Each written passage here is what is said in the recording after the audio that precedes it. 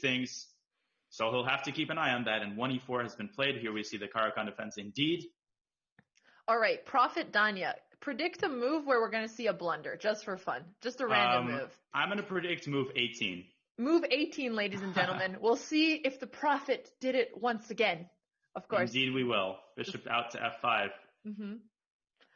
All right, now, so I was going to say the reason why it's important to bring the bishop out first is because he wants to push e6, and it's always good to activate your bishop outside of the pawn chain. Right. But, well, the thing that we talked about with Charlie is that against this move, you bring your queen out early to b3.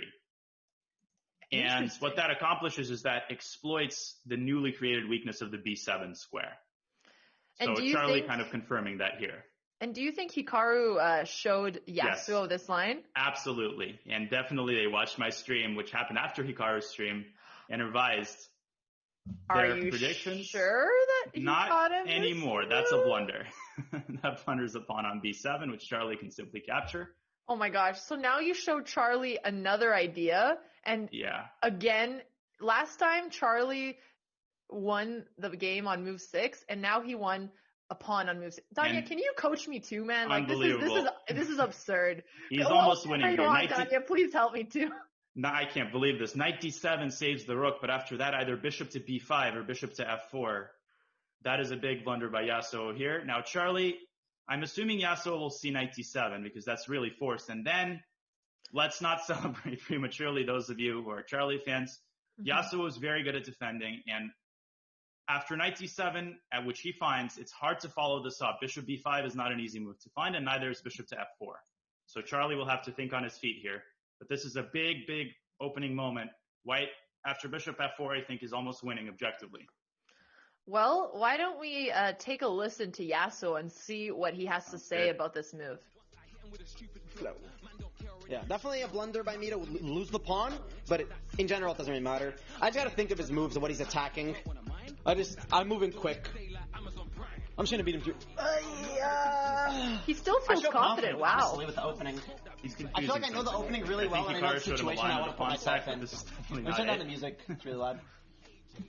I see. This is not it, coach.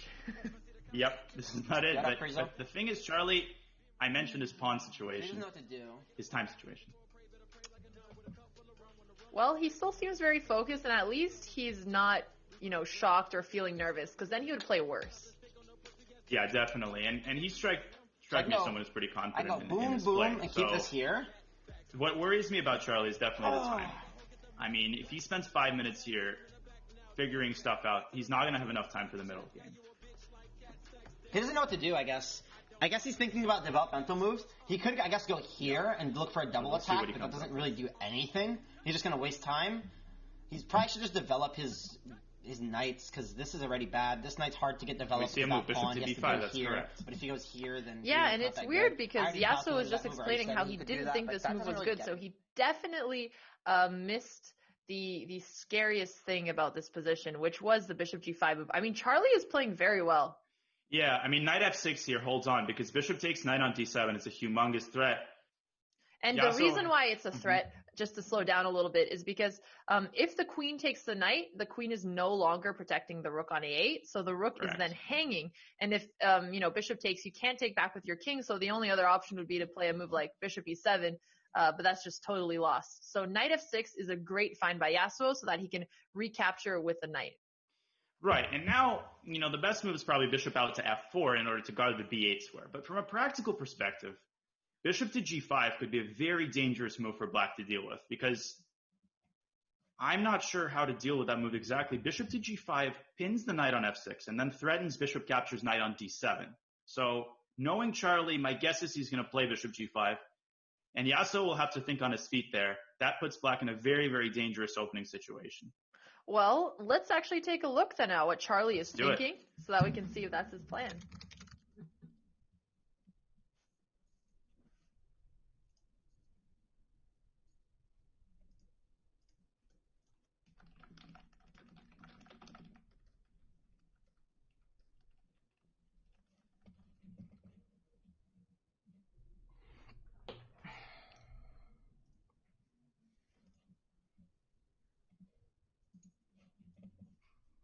very focused here. Yes, he is. Okay, I think I'm taking so much he knows fucking about the time too.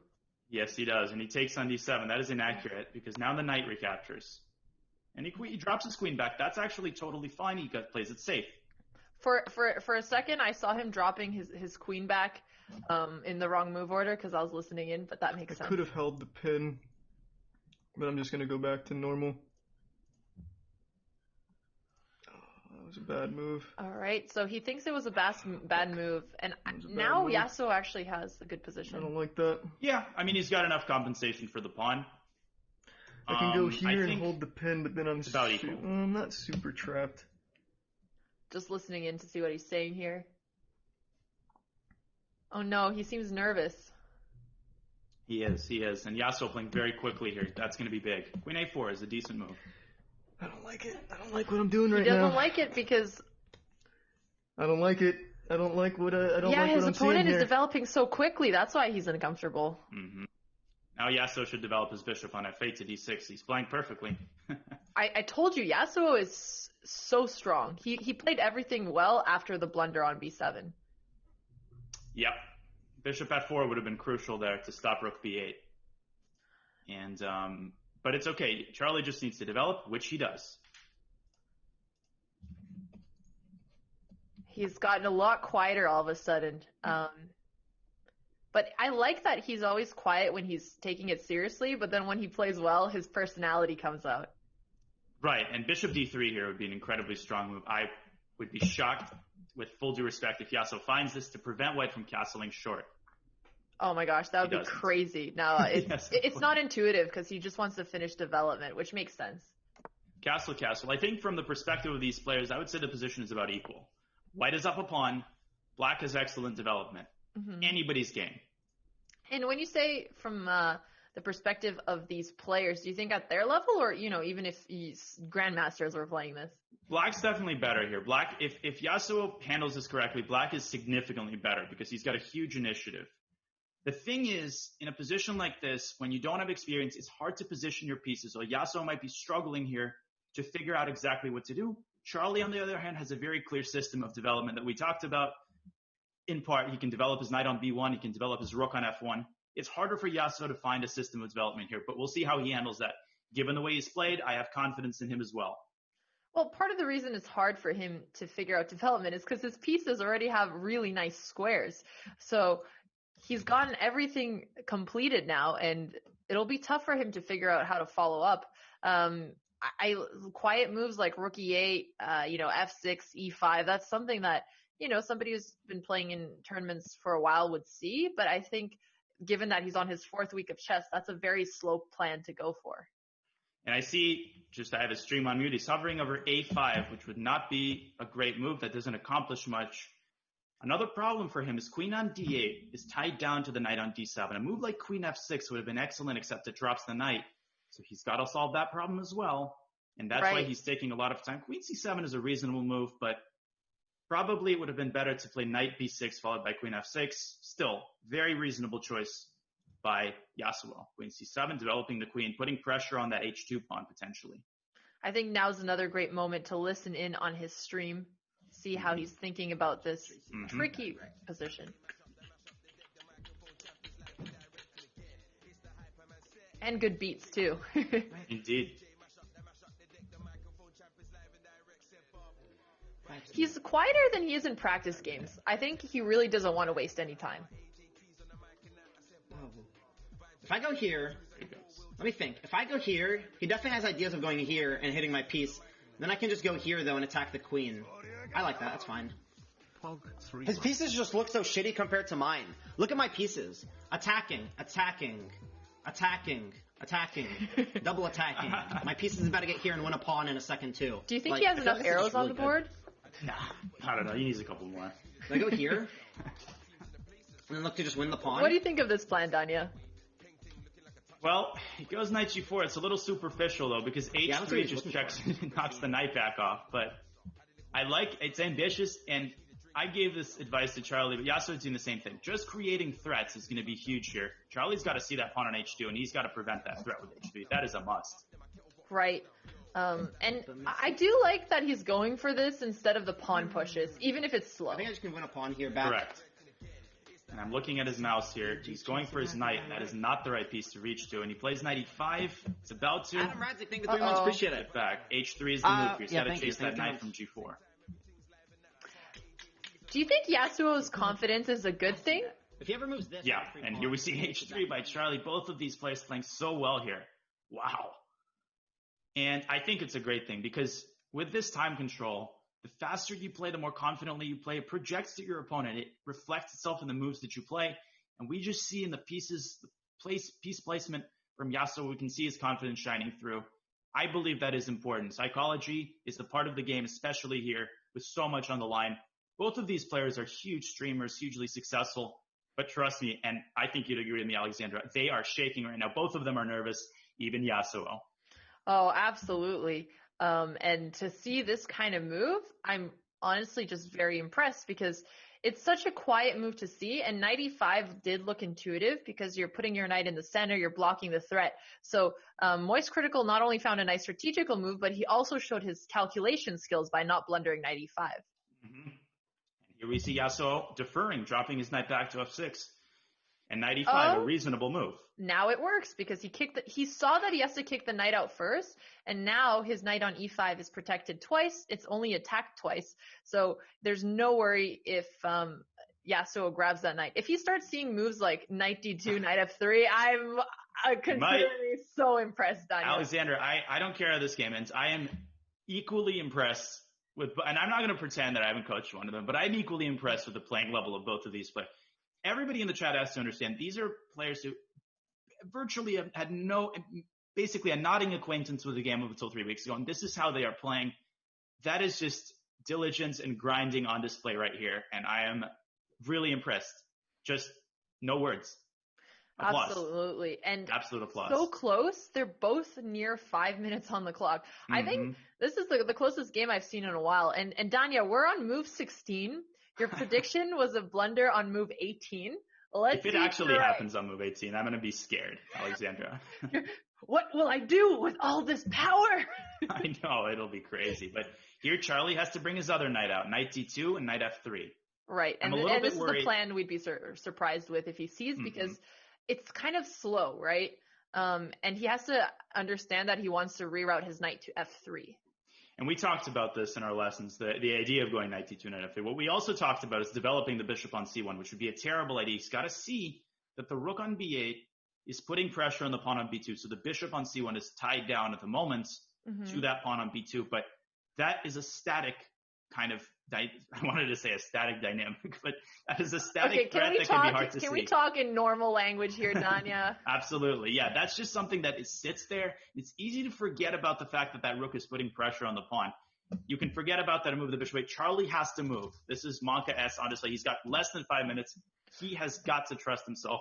He can't dip himself down to 2 minutes. Oh, no. And I see he's hovering the rook. He's about to bring the rook to Not e3. bad. But no, he put it back. So, oh my God, he played knight d2. Look at this. Look at this play. Knight d2 to f3. Patience by Charlie. Doesn't lift the rook up yet. Incredible. Both of these players. Incredible. And we'll see now. Now the ball in Yasuo's court. Move 17. One move away from the game-deciding blunder.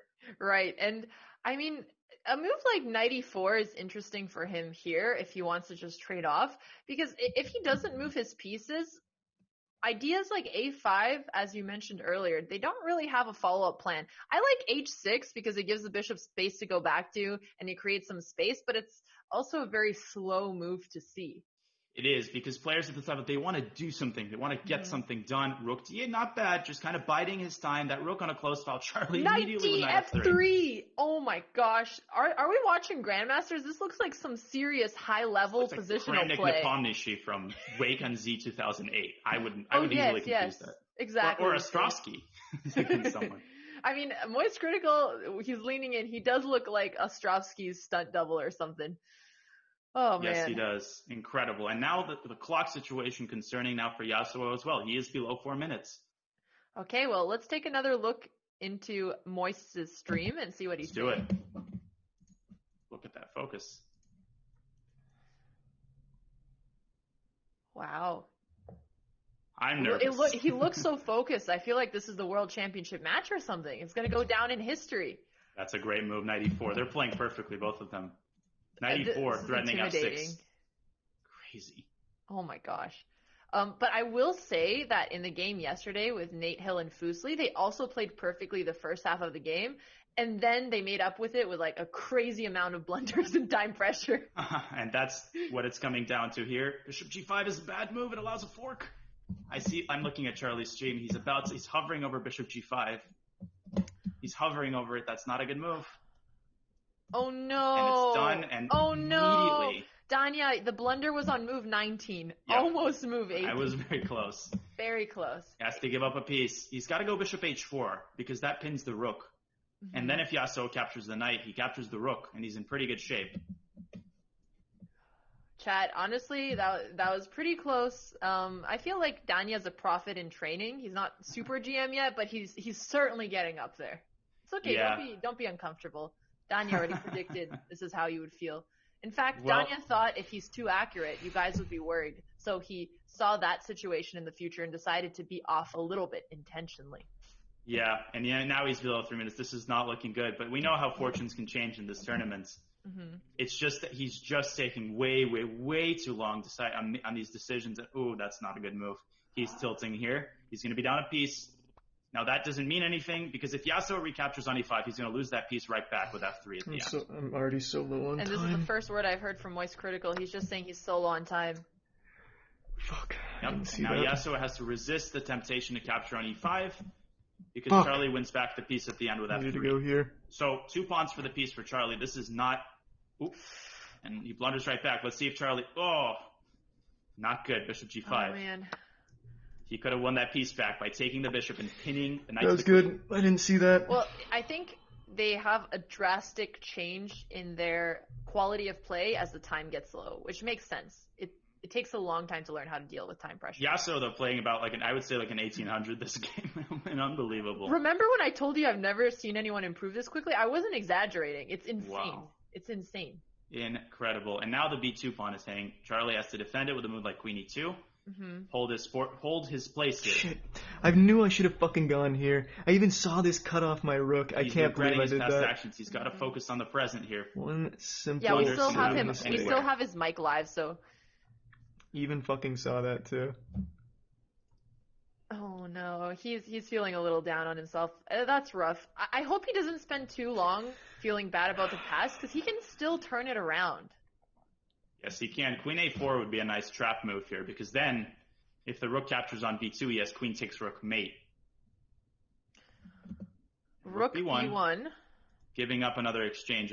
Now Yassuo can take on g5 and take on b1. Given the way he's played, I feel like he's gonna. Yeah, wow. Are you kidding me? Is Yassuo actually a human engine? Insane. I feel like he's a neural net or something. He started at 300 rating just because he didn't have enough data points, and with each game he has some kind of exponential growth. This is freaking me out.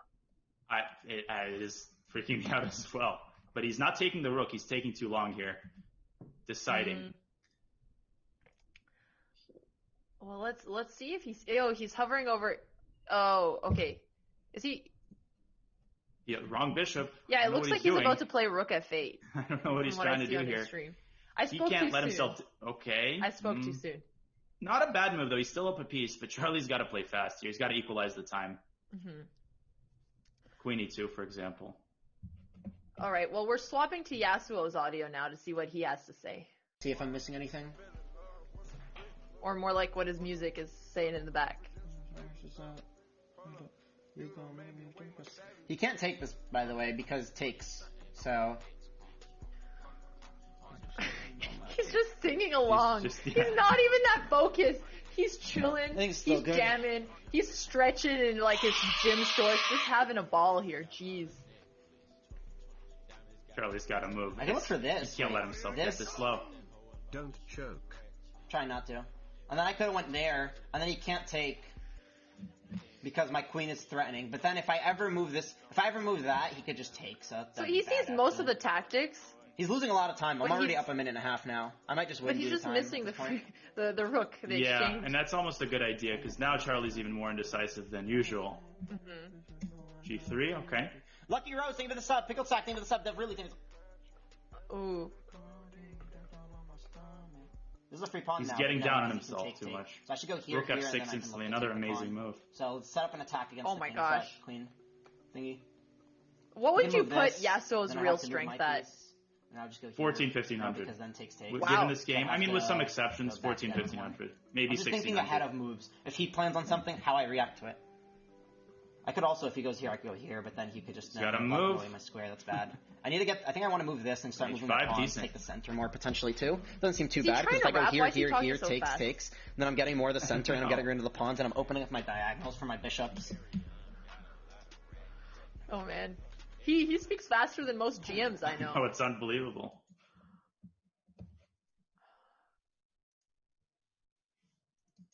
Below 30 seconds, he's gonna lose on time. He's just doesn't see his clock. Oh man, but it's not just his clock. The position is so hard. He's about to get attacked. He has, pieces hanging everywhere. So he made a move just to make a move here. Right, but he's got to do that. He's got to see the clock above all else. Yeah, that's very fair. Okay, let's go back to Moistritikal. Well, no, it's +5, right? So I get that. I get a net, right?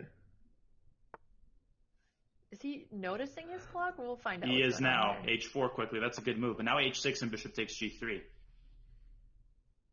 Yeah, if Yasuo sees that, that's very impressive. I mean, H6 is pretty intuitive, though, because you're kicking the knight out. Oh my god. But bishop takes G3 is not at all. If he sees it, you're 14, 1500, and he's definitely in the top 4 in terms of favorites for the event. Or maybe top 5. Oh, definitely. If he sees bishop takes G3, I'll be stunned. Well, moment of truth coming in real soon. Here we go. Do.